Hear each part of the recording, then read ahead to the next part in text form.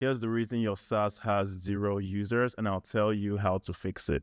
Ideal customer profile. So when building a SaaS, you need to exactly know who you're targeting. This is the mistake I make and a lot of developers make. You need to know who you are targeting. For example, if I want to build a fitness app, I can't say for everyone. That's a losing game. You're small. You need to focus on who is your target audience. So you can say Gen Z. So why does Gen Z need a new fitness app? You have to justify that because there's so many fitness apps that exist. If it's for gym bros, why do they need a new fitness app? So targeting needs to be really key. Be as specific as possible. There's no reason why you shouldn't be specific, okay? You have an app and you have a user you're trying to get. How do you want to link the two? So you need to work on your ideal customer profile. Second thing you need to do is to fish where fishes are. So a lot of people, they don't like Reddit, they don't like TikTok, they don't like these platforms, but you need to be on there. If your ideal customer profile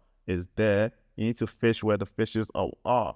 Why would you go to a platform that you like, but the people that you want to attract are not on that platform? So you need to fish where the fishes are. Every platform is different, so you need to understand the algorithm so that you can start getting impressions and being seen by people. Third thing you need to do is to wear their jersey. What does this mean? It means the app is not for you. If you want the app to be for you, then you don't even need to do all this. But if you want other users, you need to understand their needs, their pain points. You need to even speak how they speak, because people don't buy from you, they buy from themselves. So they need to see themselves in you. And then the fourth thing, you need to collect emails. So every good business does this. They collect emails. If you're not collecting emails, you're not going to grow. So make sure you prioritize collecting emails. It's critical. You need to know who your customers are, and they have to give you something. Collect emails. And for them to give you their emails, you need to create value.